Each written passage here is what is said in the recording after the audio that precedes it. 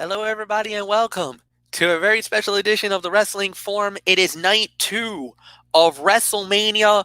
This is good old MF Michael Fletcher alongside Anthony Florio and Didi Woodson. We are awaiting. Hopefully, we're going to get Michael Bullock in here. I don't know if he has arrived or if he's going to be on the show tonight. However, guys, night two of WrestleMania. Um, well, we're just gonna go right into it, guys, because we have a lot to talk about. So we started it off with the NXT Women's title on the line. The champion, the Nightmare, Rhea Ripley, goes up against the challenger, the winner of the 2020 Women's Royal Rumble match, the Queen Charlotte Flair. And when it was all said and done, the winner of the bout in 20 minutes and 30 seconds and new NXT Women's Champion Charlotte Flair. She wins the title for the second time in her career. Wow. Okay. 20 minutes and 30 seconds was the official time of the fall. This was a 3-star match, but I'm going to say it. A lot of people are really upset tonight because it was a good match, but the wrong person won. I think that's the real thing that we're getting more than anything else. And that was that, history was made here at WrestleMania tonight. And that was that Charlotte Flair won the title. And I really don't know what else there is to say. I mean, if this was Raw versus SmackDown, Raw versus NXT, Raw gets the victory. Anthony Florio, you get the bragging rights over Michael Bullock. But unfortunately, because Charlotte won the NXT title, that might mean she actually jumps to NXT now. So you lose Charlotte Flair. So I don't know. It was unbelievable. What a match. Winner and new champion, Charlotte Flair, 3 to 3.5 stars. And another incredible way to start off WrestleMania. Anthony Florio, it's all yours. Well, I'll tell you, MF. We had a theme last night, and last night that theme was there were some matches that I felt you underscored, and I hate to tell you this, but you did it again. You underscored this one. Oh, did you underscore this one? This to me was the second best fight of the night. There was one match that was actually better. I think we all know what that one is. Oh yeah, and rightfully so. But nah. 4.5 stars. This was the second best fight of the night. I mean, what do I have to say? I mean, yes, Charlotte Flair's win opens her up to working with an immensely talented women's roster in NXT. It adds star power to Wednesday nights as NXT attempts to knock off AEW in that night's Wrestling War. It also provides the opportunity for rematches, and given the quality of this one, are more than welcome. One has to wonder whether it was too early to dethrone Ripley, though. I kind of think it was. I know Bullock damn sure thinks it is. He flipped out over what happened. Very much so. After so much work went into building Rhea's credibility, then putting her over the previously unbeatable and most dominant women's champion in NXT history, Shayna Baszler. Well, time will tell if the decision was the right one. There is no denying how fantastic a match this was.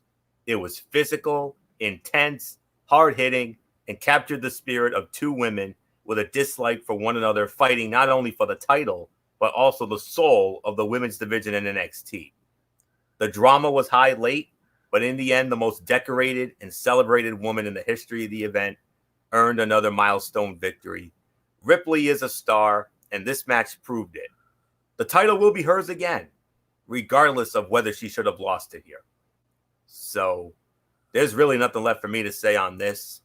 This was the second best fight of the night. 4.5 stars. That's my rating. That is, without question, the correct rating for this match. So Nothing really more to say. Dee Woodson, as our women's wrestling expert, I'm sure you got to agree with me on this. This was, and you know what? I'm even gonna go as far as to say it. This to me is now the greatest women's match in the history of WrestleMania. Amen. I'll agree. This was definitely the second best match of the night. I don't, I agree with Bullock. I don't agree that, Charlotte should have won this. I think Rhea should have won it. But like I said in our Facebook chat, there's no reason to get upset about it because there's nothing, that getting mad about it isn't going to change what happens, how it's written, how it's gone down. So yeah, Charlotte's the new NXT Women's Champion. Rhea. I mean, this just was after that. That one night that we had with where they first put NXT into the main pay-per-views, where NXT wiped out both Raw and SmackDown. This pay-per-view, both nights, NXT just kind of went, and the two top female stars lost.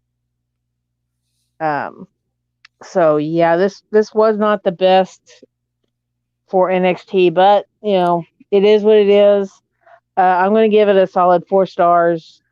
Like I said, there's actually definitely one that's a hell of a lot better than this one, and then there's one that's just kind of out there somewhere. So yeah,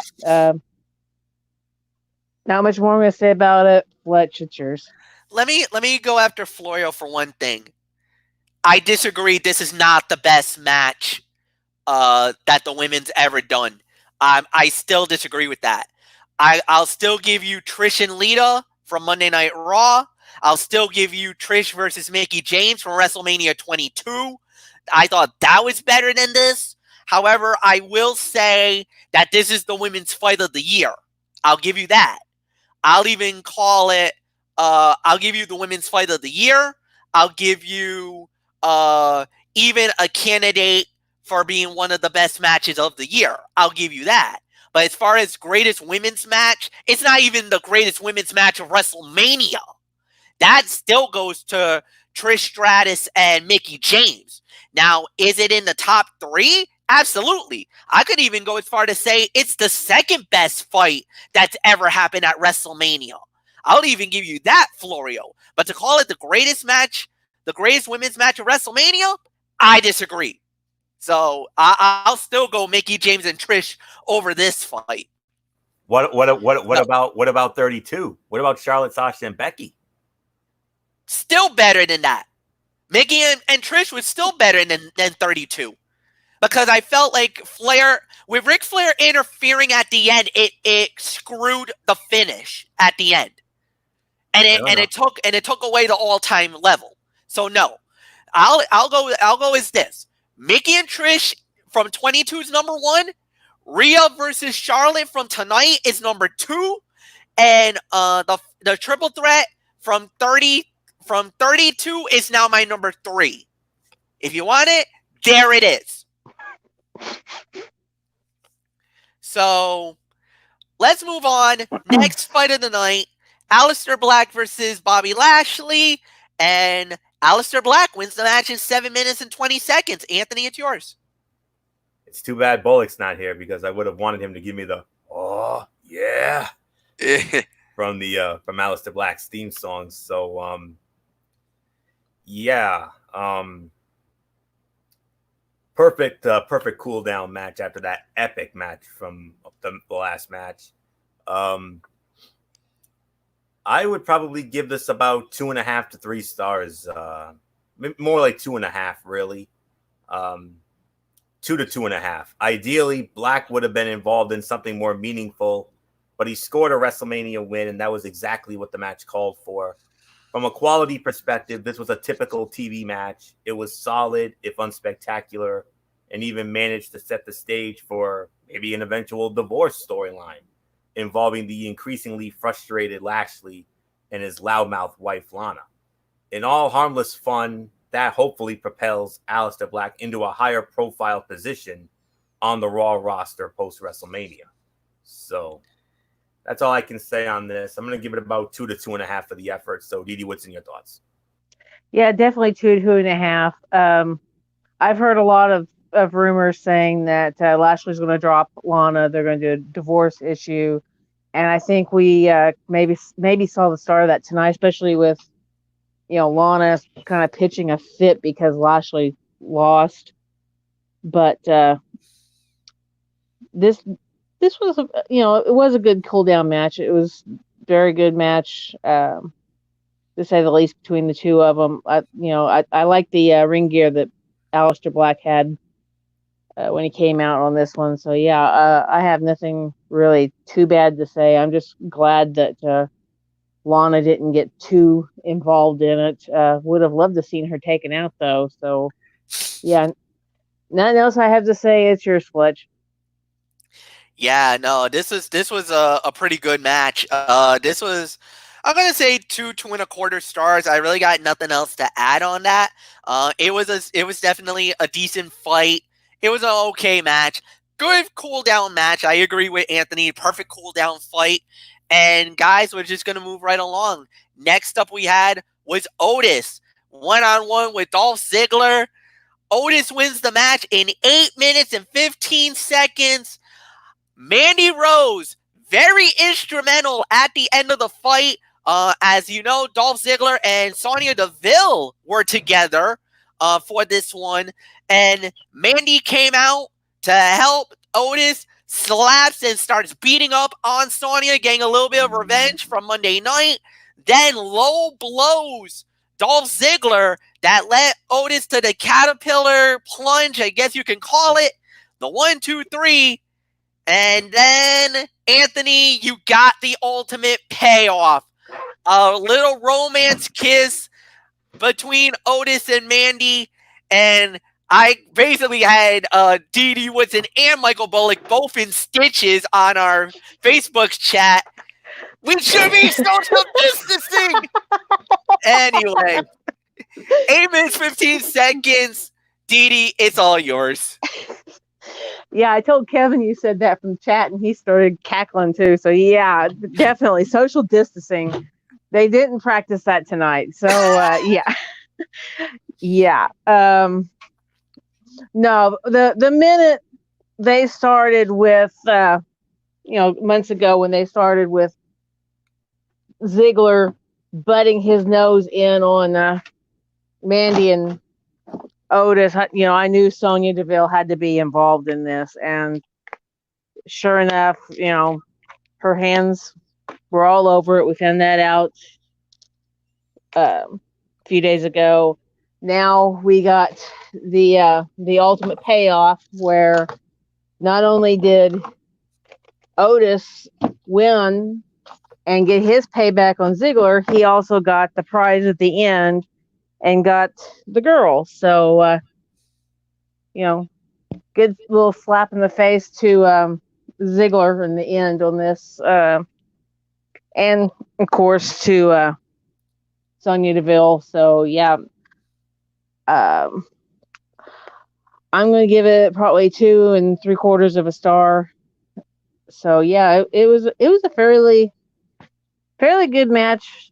A little bit of a payback here, and a tad bit of comic relief, and definitely romance at the end. So yeah, not much more I'm gonna say. It's yours, Fletch. Yeah, and the other thing that I also got to talk about was Tucker. Tucker posted something on Twitter. I did send it to the guys on the Facebook Messenger, but I do have it here on my phone, so I'm gonna talk or mention it. This is Tucker, his own words. This was on Twitter, literally minutes after the match was over, while they were getting ready for Edge versus Orton. This one was, and it goes, I was told that I wasn't medically cleared because of what Dolph did. To be out there with my brother on the grandest stage of them all, WrestleMania, it seriously broke my heart, and it broke it to the core.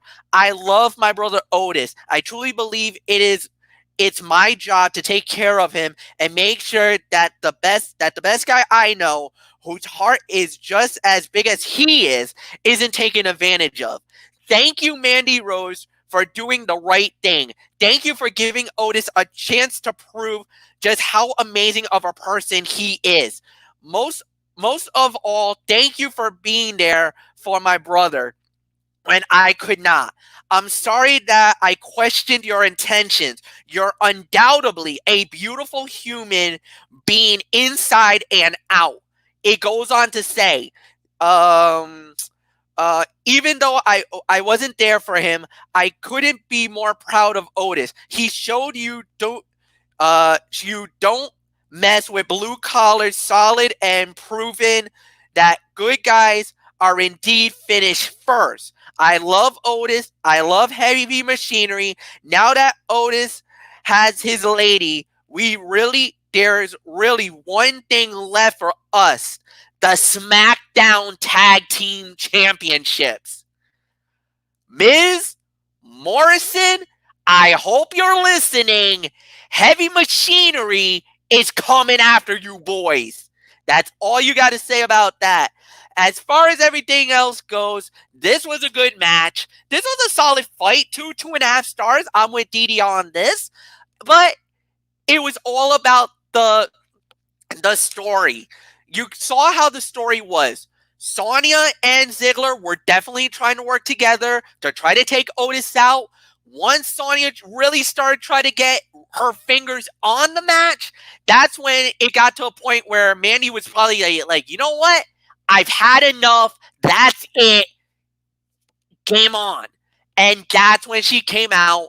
And literally, the minute she came out, the fight turned on its head. And it turned on the advantage of Otis. And Otis wins the match, gets the girl.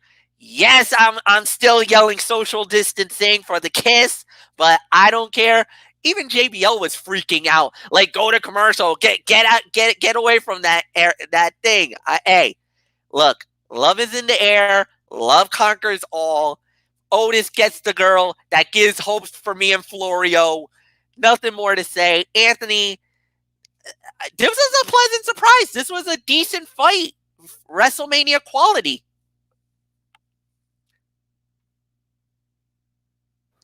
Yeah, Oh.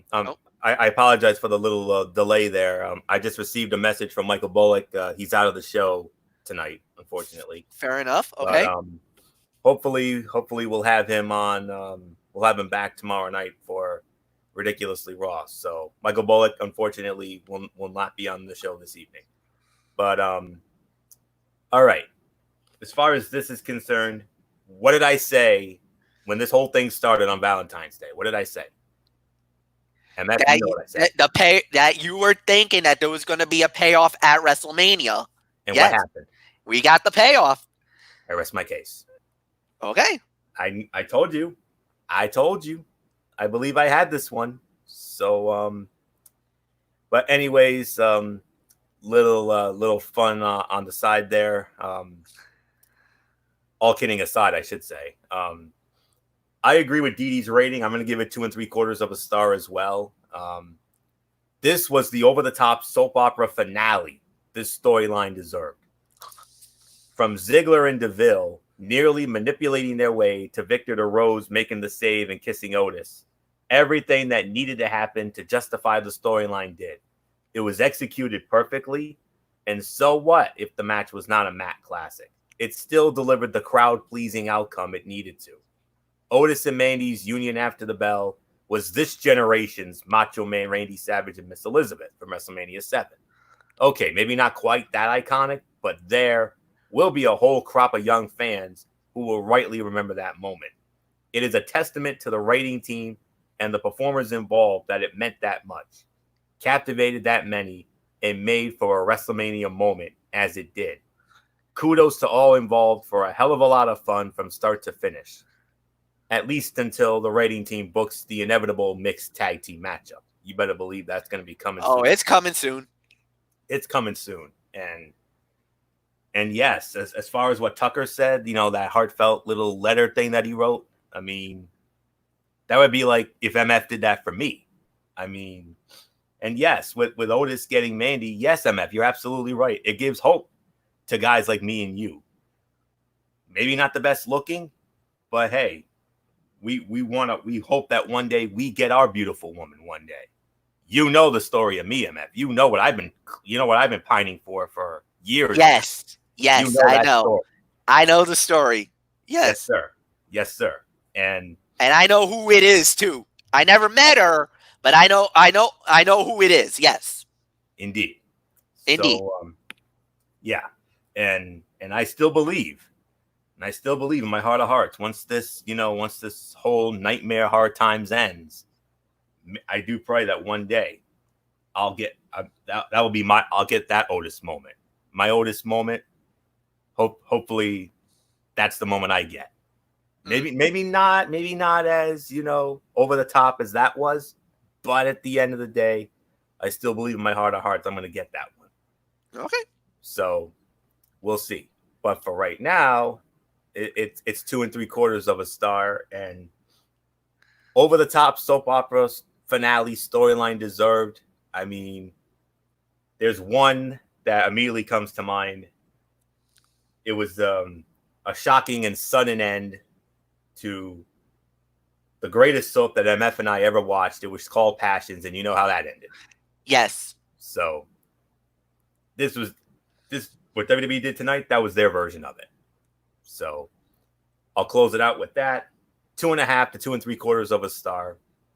Good for you, Otis. There's hope for me and there's hope for MF yet. Let's move on. And not only that, but even the WWE universe is absolutely going bonkers right now. All the fans, all the IWC. Some people are saying this shouldn't happen with a live crowd at WrestleMania. Imagine if Raymond James Stadium, if WrestleMania would have been at Raymond James and the fans were there and that kiss would have happened. The place would have blown. Get the pyro ready. Oh, yeah. The pyro would have been going off on that one. So, I mean, yeah. I mean, that would have been... That's one of those what ifs. If the fans were there, there was a couple of people saying that they actually shedded a couple of tears for that great moment. But you know what? We got to say it. This was awesome. Well, it was an awesome moment, but not the match of the night. Probably not the best fight of WrestleMania. The next fight was definitely that. Last man standing. Randy Orton versus Edge. Edge wins the match. 36 minutes. 35 seconds. Guys, 5 stars. No arguments. No debates. This was the fight of WrestleMania weekend. And there was nothing close to it. This was absolutely amazing. They went through the entire performance center, went through areas where we didn't even think they were going to do. There was one moment that a lot of people were a little bothered by. That was I guess they were down near the hanging equipment or where the guys do their workouts in the training area, and Orton tried to hang Edge, and that kind of brought up some bad memories, a lot of bad memories about Chris Benoit and what happened there. Some Brian Alvarez went absolutely ballistic on it, saying, "Don't you think that's a little insensitive to do something like that?" Calling out WWE for it. So that set aside, this was an amazing fight. This was an incredible match, and without a doubt, for me, this was the best fight of all of WrestleMania. This made WrestleMania 36 a passable show, to say the very least. So I got nothing more to say. Anthony Florio, it's all yours. 5 stars and beyond. Fight of the night. fight of, and I'm going to call it the best match of WrestleMania. Even better than the Boneyard match? Better than Boneyard, yes. As great as that was? As great as that was, this topped it. Okay. I just wanted to be 100% sure on that. So there's no arguments here. MF nailed it. This was a 5-star classic. The first WrestleMania, for me personally, the first WrestleMania since 28 to feature 2 5-star classics. End of an Era and Rockin' Cena. Those, to me, were both 5-star classics. And this one here as well. And this goes along with the Boneyard match as well. I mean, wow. I mean, what else is there to say? I mean, all over the place. I mean, they tore up that performance center. I mean, a lot of people are there. I can't believe I can't believe some of the reviews I'm reading. A lot of people said, "Oh, it went too long," or whatever, and the whole 9 yards. No, it needed to go long. It needed to, with how well this was built and everything else. No match on this show had better build than this one did. This was the best built match of all the matches on the card, hands down. And we needed a match that would justify the build. You think of everything that happened, from Orton brutally attacking Edge the night after the Royal Rumble, to Randy Orton RKOing Beth Phoenix, and going there and involving the children, personal, and that's what happened here.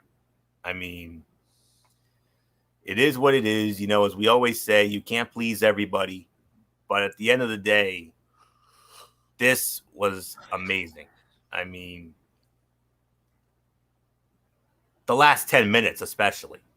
The last 10 minutes when they got up onto that rig there at the end, that epic spot, great spear, and then the concerto to finish it, and just amazing. So this stole the dang show. This was a 5-star classic. We don't care. MF says it's a 5-star classic. I say it's a 5-star classic. I'm sure Bullock would agree if he was here. I'm sure Didi's going to concur. So all I know is for all of you poo-pooers out there, I strongly suggest you watch the match back again and tell me if it's worth the very tragically underscored ratings that I'm seeing here. I'm seeing 2.5. I'm seeing 2 3/4. Wow. Okay. Can't please everybody, but it is what it is. So 5-star classic, fight of the night. Didi Woodson, are you going to concur with us on this? You going to make this unanimous? Yeah, I'm going to make it unanimous. It's definitely a 5-star classic. Definitely. I mean, what can you say? That the 2 biggest matches of WrestleMania, they were both extremely personal. They both went pretty much below the belt several times. But yeah, they were very personal matches. So, this one, it was amazing. I mean, there's just nothing else to say. It was just very, very amazing to see how this played out in the end. So,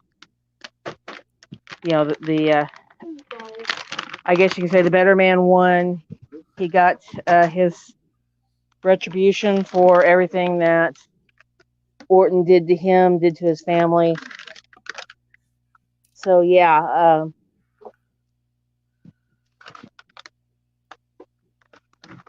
not much more I'm going to say about it. Fletch, cheers.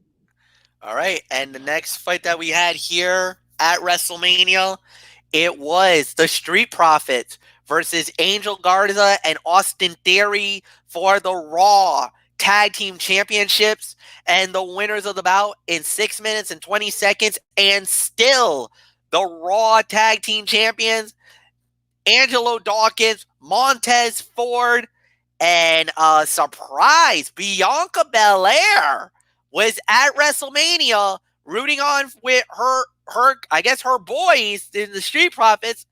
And yeah, Street Profits wins. They successfully defend the titles. Anthony Florio, it's all yours. We might have a new addition to possibly the Raw women's roster, and what an addition. The EST, I'm down with that. Absolutely. Well, she wasn't necessarily, in the corner. What happened was after the match, Zelina Vega, Austin Theory and Angel Garza attacked the Street Profits after the match, and they invited Zelina in, and Zelina got some licks in on Montez Ford, and that's what sent Bianca over the end there, because we all know Bianca Belair and Montez Ford are an item in real life. They're married. They're married, husband and wife. Yep. And yes, MF, a lot of good things that came out of it. Montez Ford did a tope con hilo for Michael Bullock. We all know how much he loves those. Yes, he did. And of course, he did what you always love. He channeled his inner Ultimate Warrior. Yeah. And shook the ropes, as the late great Hall of Famer used to do way back when. But as far as this is concerned, I can only give this. I'm going to give this about 2.25, 2.5 for the effort. The match was too rushed to reach its full potential, but everyone was showcased, and Montez Ford's huge frog splash is always all-worthy. The real meat of this entire ordeal was what appeared to be the official call-up of Bianca Belair. The EST has been noticeably absent on NXT TV of late, and with the focus turning to new faces and rivalries, it makes sense that she would make her presence felt on the main roster, especially with husband Montez Ford having the success he's been having on Raw. Introducing her to a rivalry that feels like it may only be getting started and positioning her against Zelina Vega is an appropriate way to kick things off for her on Monday nights, at least until a path to the Raw Women's Championship presents itself down the line. So that's all I can go on. That's all I can say on this. This had the feel of another TV type bout, TV quality bout, but it was fine for what it was. But it's a shame that it was rushed, because a few more minutes and this could have gotten actually even better. So 2.25, 2.5. That's the best I can go. So Didi, what's in your thoughts? Yeah, I can agree with the rating. We've had this new little, I guess you could say, little faction with Garza and Andrade and Zelina Vega, and now I guess Siri is now part of this little group. So we need to create another one, and what better way to do it than to bring Bianca up and make her, let her be a manager for the Street Profits, and go after the women's title and all that good stuff. I mean, that's nothing better than to do that. So, and Becky does need some new talent to go after, and I think she would fit real perfectly into that. Because if I remember right, she was one of the last challengers to Rhea Ripley before this match with Charlotte. So yeah, I mean, this is great. I'm glad to see her up there. Glad to see her celebrating with her husband and his partner. And if it was me, I'd do the same thing. I mean, if somebody was attacking my man, I'd definitely go after him like she did too. So yeah, so not much more I had to say about it. It's yours, Fletch. Yeah, no doubt about it. I'll give this about 2.5, 2.75. I think it was a good fight. It was a good battle, good match, no doubt about it. I think everything was really good, and I really got nothing else or nothing bad to say. So yeah, this was a good battle and a nice surprise, a big surprise to see Bianca Belair. I mean, I don't think we were expecting her to be there, but she showed up, and boy, what an impact she was to show up and make the history that she did. And yeah, it's going to be very interesting. Now, most likely she will be on Monday Night Raw now. So big ups to Raw. You get another big name. So we'll wait and see what happens next. And we'll just move right along, guys. So next up here on the WrestleMania card, we have is Bayley versus Lacey Evans versus Naomi versus Sasha Banks versus Tamina in a fatal 5-way elimination match for the SmackDown Women's title. Bayley wins it all. She won the match in 19 minutes and 20 seconds. Tamina was the first to get knocked out. Naomi was second. Sasha Banks got eliminated, which eliminated our theory that Sasha was gonna turn on Bayley. And when it got down to Lacey and Bayley at the end, Sasha came back in and helped Bayley win the match. A backstabber, which helped Bayley to get her finishing maneuver in. And Bayley successfully defends the title. Dee Woodson, it's all yours. Yeah, it may have been a cheat to win for Bayley, but there at the end, if you really look at Sasha's face as she was going up the ramp, you would pretty much kind of see where she wasn't real super thrilled about it. You think there's chinks in the armor now? Especially since, for one, Bayley did hit Sasha because Evans moved out of the way. And two, they did have the little argument right before Evans pinned her. And did Bayley help? Actually, no. She let Sasha take the fall. Yeah, exactly. If you know, after Lacey connected Sasha with the woman's right. Yeah, you're right. Bayley hung by the ropes as Sasha got pinned for the 1, 2, 3. And who is the only horsewoman who does not have a title right now? Sasha, yeah. Actually, wow. Oh my goodness. What? That's a great point. That's a very good point.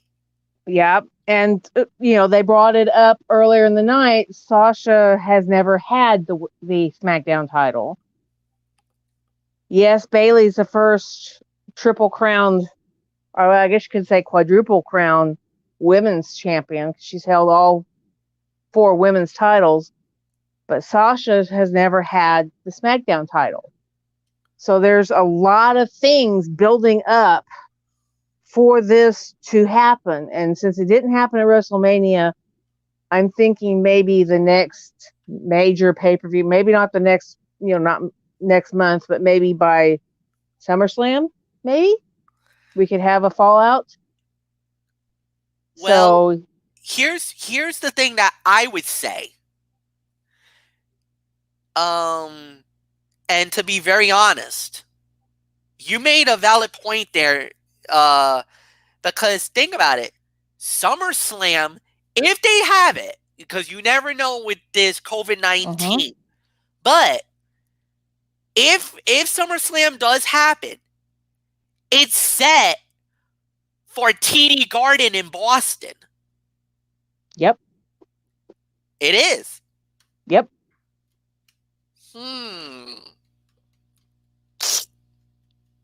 And could you imagine these two locking it up for that title? Because think back, these two have been against each other for a little while when they were both on Raw, where we had the dreaded counselor guy come back. I'm not going to say his name because it pretty much stresses everybody out and brings back bad memories from when Brian and Kane went through this guy. and then they came back together so they could win the tag team titles. Well, we may be heading back to that same little heat between these two, and it may be, Lacey or Naomi who get in the head of Sasha Banks, or Sasha just opens her eyes and finally sees that Bayley's using her. Because, like I said, I mean, how much longer do we have to watch Sasha kiss Bayley's butt? Although I didn't exactly use that terminology, but that's pretty much what it is. I mean, she's kissing Bayley's butt, trying to let her friend keep this title that we all know deep down inside Sasha wants it. And this is probably the only time I would agree with both JBL and Corey Graves. Sasha has got to get to that point to where she's going to be out for herself and go for, just go for the jugular, take the title, and, put herself in that same running where she's had all the titles. So, I'll give it probably about 3 stars. I mean, it was really a kind of cool match to watch, especially having all 4 of them team up there at the beginning to try to take out Tamina. But I think here in the end, I think we're starting to see the downfall of this friendship again, and there's just way too many things stacking up for Sasha not to eventually just say, "Hey, look, I'm going for this myself." And I mean, even that interview, if you go back and watch that interview, you can hear and see that's the wheels are starting to turn, because she was very indecisive on whether or not she was going to help Bayley or not. So yeah, I mean, there's just too many factors here for that. So not much more I'm going to say. It's yours, Fletch. You know what? I can't disagree. I think they did a really good job. I think it was a satisfying match. Look, you can say whatever you want to say, but this is storyline progression, and that's the key thing. There's a lot of storyline progression on this. You know what? I got to give I got to give a big shout out to my boy Matt Ward. He is right now on YouTube, and I'm gonna post a couple of his comments right now.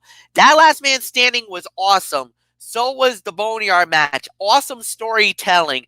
Then he turns around and he says, Otis is the man. Street Profits with EST will be hype. And I totally agree with everything you just said, Matt Ward. Thank you for being a watcher of the show. Much love to you, and much love to all the viewers out there that's watching and listening to us here tonight. If you got a comment, leave it at the bottom. Hey, you might even make it on the show here tonight, here on this WrestleMania special. All right, so back to the Bayley situation and winning the title.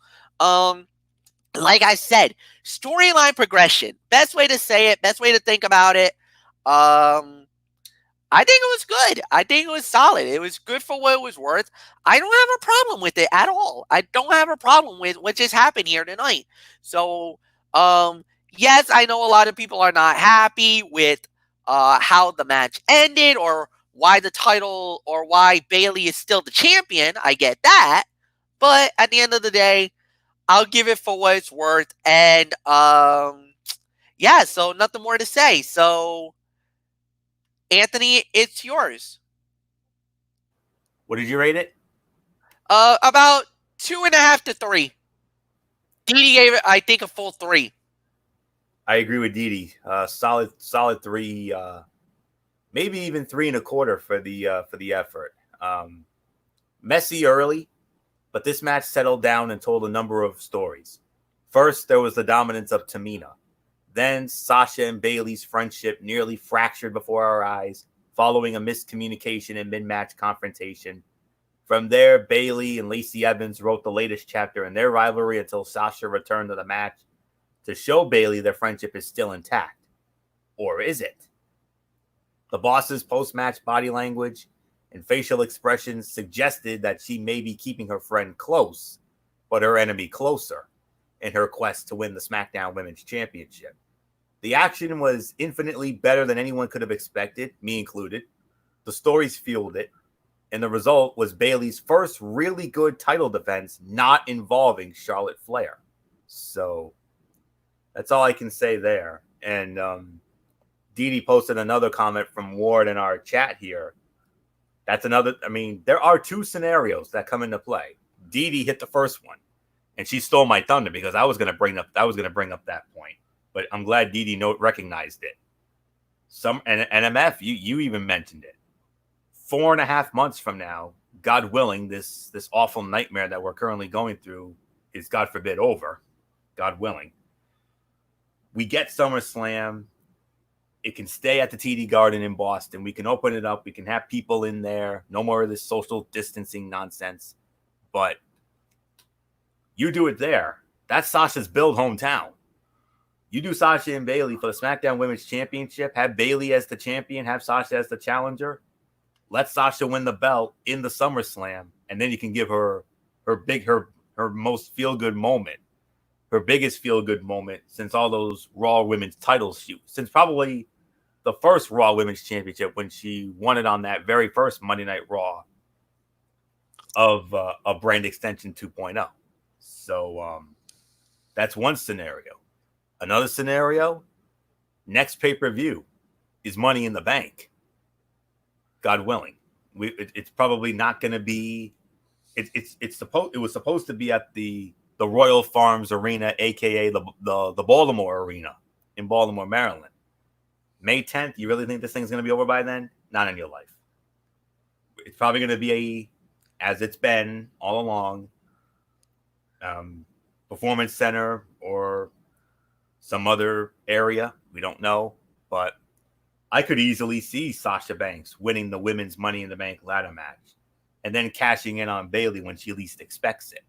So Sasha's gonna win the belt eventually.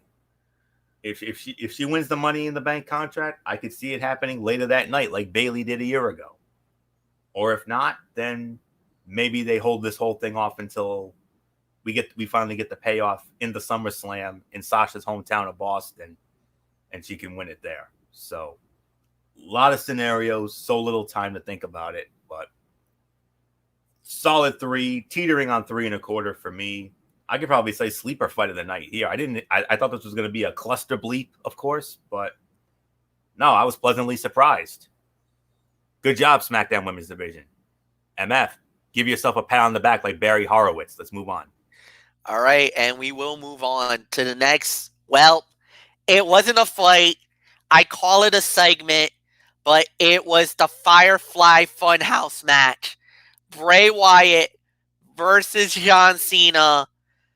All the internets are calling Bray Wyatt the winner of the match in 13 minutes. Dee Dee Woodson, you have to lead off on this. Well, actually, no, I lead off on this. So, wow. Okay. This was the most unique match. I don't even know how to even call this. Like, it was so unique. It was so weird. And it was, I think it was something. I'll say that. Hats off to WWE. Jeremy Borash actually was the executive producer for this segment. So, and I actually heard that I think a Hollywood producer also got involved in this. The guy who did Friday the 13th type movies, I think he also got involved. No, the guy who does Nightmare on Elm Street, Freddy Krueger style, he actually got involved in it too. This was absolutely phenomenal. They really went for it. This was weird. It was funny in certain points. It was definitely worth the price of admission. this was worth it. This was incredible.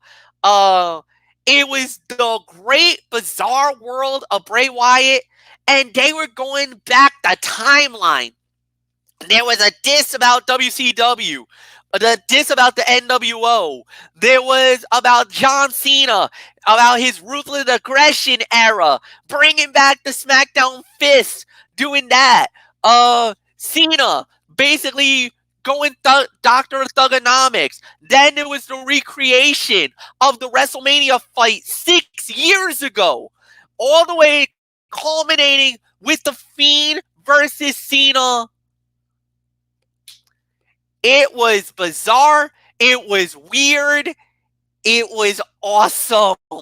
My boys were eating this shit up. My friends on Discord was going nuts. The IWC is absolutely going nuts on Facebook. They're going absolutely ballistic. Yeah, this was, I'm going to say it. It was nowhere close to Boneyard, but it was really good. This was definitely one of the top matches of the evening. I can't even call this a fight, though.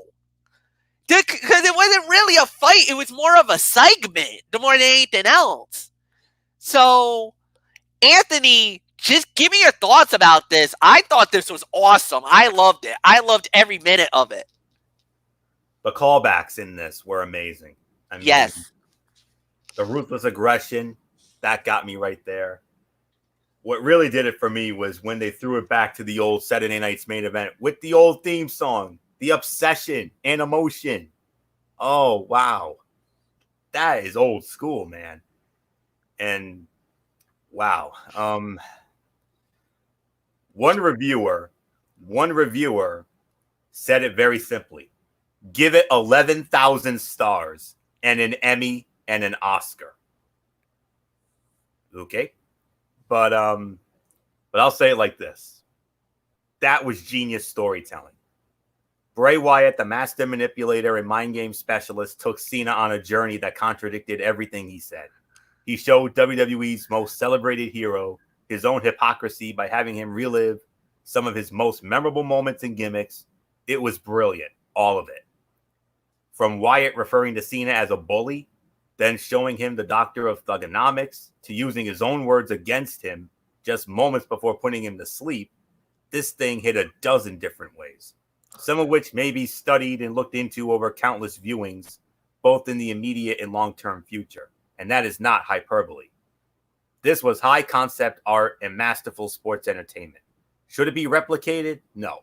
It was brilliant as is, and too many attempts to do similar will only result in failure while simultaneously diminishing it. With this and the Boneyard match last night, the WWE production team proved itself to be the true MVPs of WrestleMania weekend. Their tireless efforts to make the most of a difficult situation by providing revolutionary quote-unquote matches helped make this year's Showcase of the Immortals an unforgettable viewing experience. So you really can't put a rating on this because this really wasn't a match. But if it was, you could technically say the Fiend won because, you know, the Fiend put Cena out and he was shown in a celebratory mood. So in a way, I guess you could say the Fiend, quote unquote, is the winner of the match. So well, all the internet sites, 411mania.com, prowrestling.net, Wikipedia, Bleacher Report, ESPN, they're all saying the Fiend beat Cena. So they're all claiming it as a victory for the Fiend Bray Wyatt. So yes. And rightfully so. Rightfully so. Yes. Yeah, he technically did win. Yes. So, but boy, howdy. I mean, and I'm very surprised that Borash was on this. I thought for sure Borash had a helping hand in the Boneyard match, considering his connections, you know, with AJ Styles going back to their Impact TNA days. Well, actually, I actually just double checked it here, Florio. Borash was on the Boneyard. The producer of the Nightmare on Elm Street, I don't know his name, but the producer from the Nightmare on Elm Street was actually responsible for Cena versus Wyatt tonight. And kudos to that individual. I will look into it. I mean, whoever it was, well done. And I also heard that Triple H and Michael P.S. Hayes also had a hand in the Boneyard match as well. They did. And I sent you, in our messenger earlier today, I sent you all a behind-the-scenes dirt sheet that I came across. And to all involved in all of it, all I can say is well done and thank you very much. I mean, the times we're living in right now are far and away the most difficult and hardest times we have ever faced, hands down.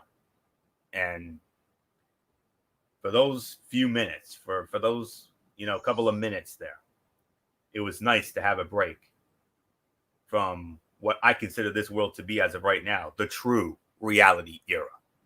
That's all there is to say on that. So bravo, well done, and thank you very much for your tireless efforts, all of you.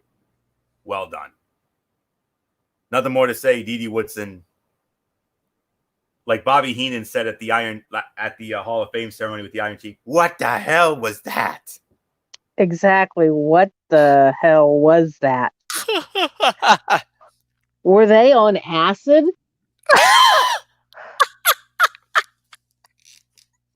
I know I'm the oldest panelist on here since I just had a birthday Friday. But I guess it's the fact that, I am older. I've seen a lot of crap. I don't get it. None of that made a lot of sense to me at all. Because you're starting to go through Cena's history, then you're throwing in stuff that has nothing to do with either one of them, and it's like, wait a minute, what the heck are we watching? What's going on here? It was weird. It was a trip. That's probably about all I can say. It was a trip. It was interesting. To say the least, it was kind of bizarre. I don't know who thought of it. All I know is, it was a good distraction. It definitely held people's attention, but for us older fans that are used to what we always get, someone's going to have to explain this to us, because I know I'm not the only one. If you read some of the comments from some of the dirt sheets, like 411, even they're trying to figure out what the heck that exactly was. It was just bizarre. But then, of course, you got to think, this is Bray Wyatt. We have a fun house. We have puppets.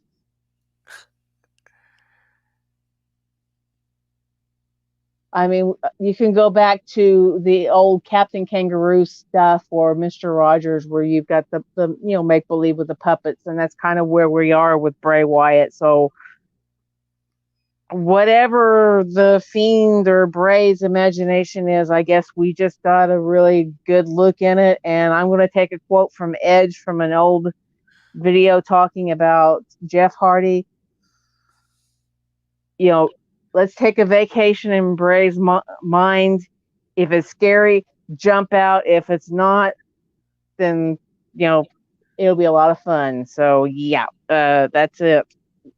Just take it, Fletch. I don't know what to say about it. That was, yeah. And then we go to the main event of WrestleMania. The WWE title on the line. It was Drew McIntyre, the winner of the Royal Rumble, facing off against the champion Brock Lesnar, the winner of the bout, 4 minutes and 35 seconds, and new WWE champion Drew McIntyre. McIntyre, the long journey is over. He's finally the WWE champion. The chosen one has been it is indeed the one. Now on Monday Night Raw, he is the top star of the company, the WWE, the World Wrestling Entertainment heavyweight champion of the world. Anthony Florio, you wanted it. You got it, brother. Drew McIntyre is now the man. Aren't you forgetting something, Monsoon? History has been made too. Yes. I'm sorry I didn't mention that beforehand. I mean, I guess we were so caught up in all the excitement of Mania and all that. I think that's the first time you mentioned it on either night. But nonetheless, yes. I mean, that's what I wanted. I mean, history indeed made. It's only fitting I leave this off. You want to talk about a proud papa moment? This is a proud papa moment for me. I mean, oh my goodness. We talked. I mean, I'm gonna have to bring up another what if. What if we had those 65 to 70,000 at Raymond James? What would that have been like if we had gotten this? You know, the pyro would have gone. We probably would have gotten the biggest pyro moment of the night, hands down. But big stadium, performance center, what have you. It doesn't matter. The outcome never in doubt. I had no doubts in my mind whatsoever. I knew he was going to do it. I mean, I knew it the minute he won the Rumble. Heck, I knew it the minute he eliminated Lesnar that he was going to do it. That's how confident I was. And, well, a couple of numbers to bring in. Drew McIntyre is now the 52nd, 5'2", the 52nd man in the history of WWE to call himself WWE champion.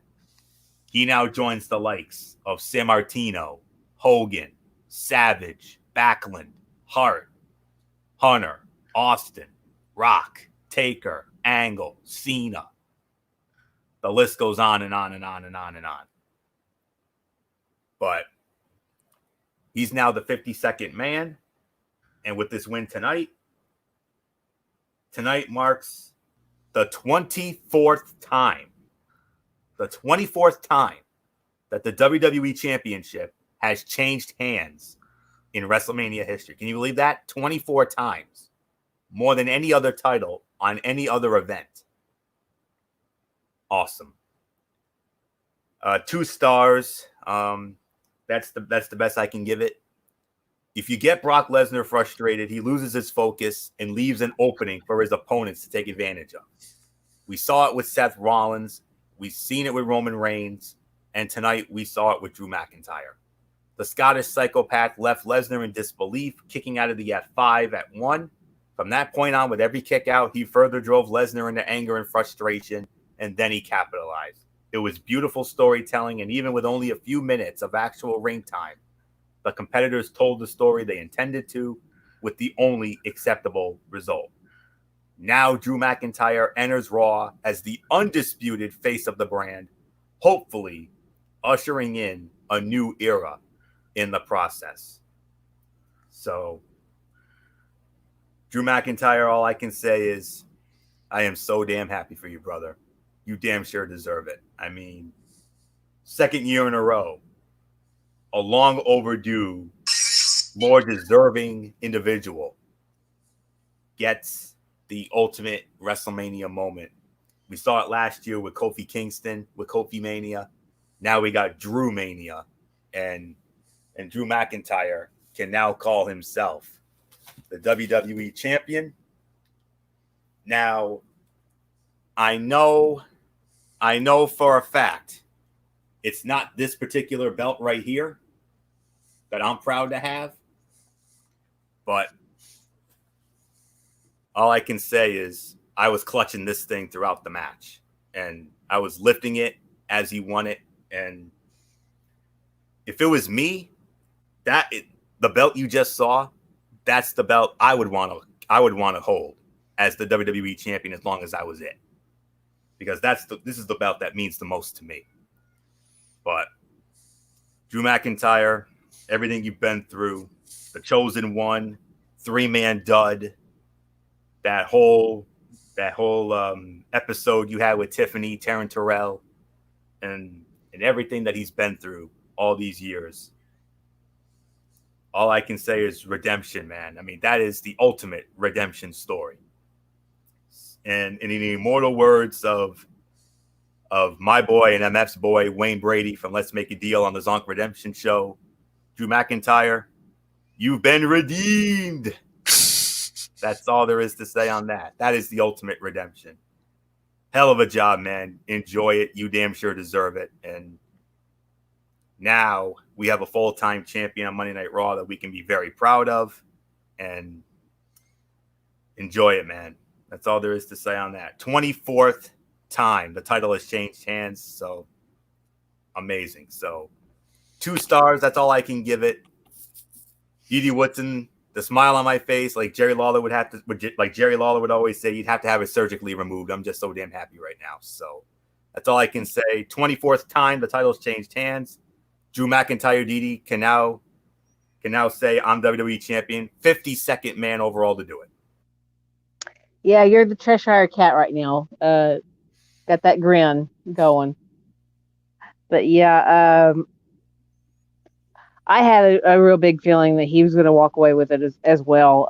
And I'm glad to see that he did. We definitely need a full-time champion on Raw and not one of these little part-timers. You know, it was only 2-star match, but hey, I mean, it took 4 claymores to knock Lesnar down. And, Heyman's face, classic.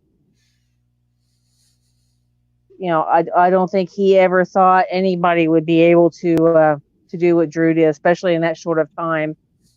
The only thing that concerns me, and this is as a fan, every time Lesnar gets in the ring, his face turns purple or red. Mm-hmm. And that really kind of concerns me because it's like he's not getting enough oxygen. And I think that's why the matches with Lesnar usually are so short, is because he can't catch his breath or whatever. And that kind of concerns me. And I think they should really watch him very closely when he's doing these matches, because, we don't want another one of these tragedies where they die in the ring. I mean, we've had too many of them. And I don't want to see Lesnar be another one. I know, all of us aren't the biggest fans of Lesnar, but still, whether you're a fan or not, that's one thing nobody wants, is to see another tragedy of another wrestler dying in the ring for any reason at all. So, I congratulate Drew McIntyre. I think they need to get Lesnar checked out, find out what's going on, why he's turning purple every time he gets in the ring. And now maybe Heyman will shut his mouth for a while and stop giving us predictions or guarantees, because this one he definitely put his foot in his mouth on. So, Mr. Mudd, you didn't get it this time. Your boy went down in the mud. Let's just say he should have been buried with AJ. I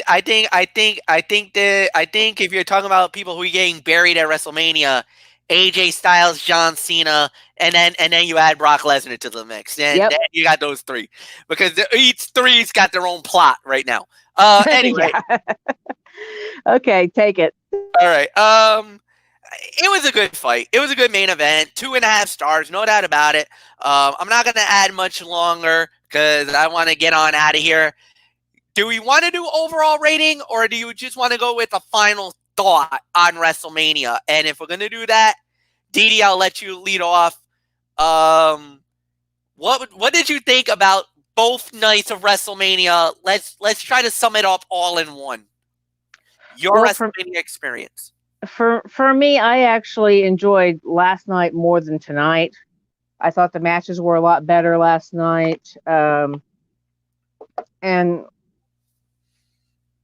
it just, everything kind of went without a hitch. And then tonight you had like total chaos. Like we didn't know what we were doing. Um, and then, of course, both nights you have the 24/7 nonsense. But tonight's 24/7 nonsense was just crazy. But of course, you know, he said he was going to win the title off of Mojo. He won the title off of Mojo. So congratulations to Gronk for that.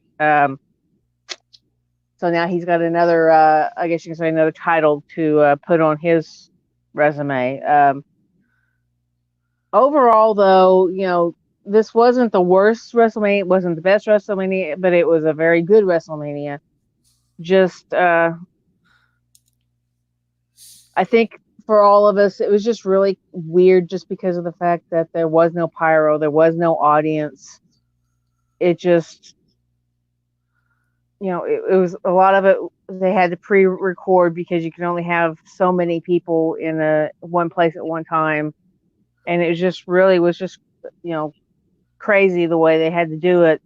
And I commend the guys for having to go through all this and still trying to put out something to entertain us and to get our minds off of everything going on. So yeah, I'm not going to give an overall rating for it because it's just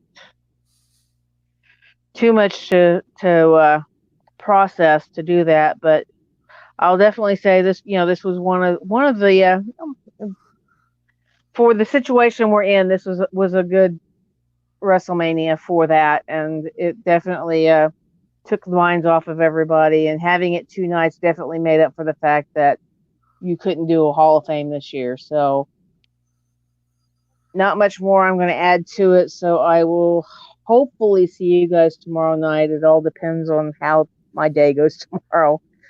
All right. So, Good night, Edie. because my days lately have been pretty crazy here. So Yeah. No doubt. okay. So good night, guys. All right. Good night, Dee. My final thought about WrestleMania was it was good. I mean, for all of what they had to deal with in WWE, with everything that's been going on in the world, I thought they did a very, very good job. I thought it was a solid WrestleMania. I thought it was an enjoyable WrestleMania. I'm not gonna call it the worst ever or the greatest ever because it wasn't, but it was good enough. It was solid. There was really nothing bad. I mean, was it perfect? No. But you can't call this the worst WrestleMania of all time. I mean, it had its moments. It was good. So if I'm gonna give this a rating, I'm gonna say 6, 7 at least. So nothing more to say. Anthony Florio, give me your final thoughts about WrestleMania 36. Well, I'll tell you, MF. I mean, everything you said was true. I mean, not the greatest, but not the worst either. I mean, how many times over the last couple of nights did I hear you say on the call, history has been made? I mean, quite a few. I mean, and you know how much I get the goosies every time I hear that. Yes, but, yes. Yep. But anyways, there's nothing more to say. I mean, like I said, I still can't believe some of the reviews that I've been reading. There's another review I just read, and they gave the Last Man Standing match only 1 star. 1 star rating for that. And also went on to call the Firefly Funhouse stuff a dud. So, okay. But anyways, to me, Last Man Standing was the show stealer. That was the fight of Mania. Right behind is the Boneyard match, and then I would have to say rounding it out was Rhea and Charlotte. I mean, those were the top 3 matches of the weekend right there. We saw history made in a number of ways. New WWE champion Drew McIntyre, well deserved. New NXT Women's Champion Charlotte Flair, new Women's Tag Team Champions in Alexa Bliss and Nikki Cross, and I believe it was those 3. I think those were the only 3 titles that switched. I don't know if any other titles switched hands, but I think those were the only 3 that changed hands. So congratulations to the new champions. The Boneyard match was insane. Last Man Standing was insane. Firefly Funhouse. What can you say about that? I mean, some are calling it a dud, but no, that was just one of the most insane things I've ever seen. But for me, when it comes to personal favorite moments, there's two, and they both happened tonight. My man Otis getting the girl, and the other, of course, Drew McIntyre winning the WWE Championship. So those were the two big moments for me. Made me very happy. And say what you want. I know a lot of people there's a lot of folks out there who are poo-pooing all over this and saying they should have postponed it. They should have done this. They should have done that, whatever. But we just, on behalf of MF and Michael Bullock and Dee Woodson, we want to take this moment to just simply say thank you to everyone involved, to all the superstars, to the McMahon administration, and so many more for giving us what we really need at this most difficult of times, a much needed break from the reality era that we are living in right now. There are not enough words to put in for us to show how grateful and blessed we are to have witnessed this. I know it was very hard, it was very difficult, and everyone should be commended for their efforts. So, thank you and well done. We greatly appreciate it. With blessings and love, your loyal fans of World Wrestling Entertainment, right here on the Wrestling Forum. MF, wrap it up. Tomorrow night, Anthony Flair hosts Ridiculously Raw. The Raw after WrestleMania. And it will not be the same without those crazy Euros. It's not the same without the crazy Euros. We don't know what to expect. We hope to get something good. We don't know. But we do got a little bit of some good news coming out of the light of the tunnel, because apparently WWE is looking for locations to host upcoming Raws and SmackDowns and NXT shows. So we don't know where it's going to be.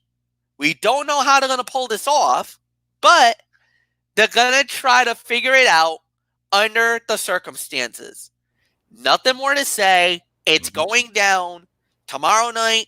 Thank you, Anthony Flair. Thank you, Dee Woodson. Thank everybody for watching both nights of WrestleMania. We love you. We appreciate you guys. As always, like the video. Leave a comment at the bottom. Share it with all your friends on all the social media platforms. Have a good night. And so long, everybody. Goodbye.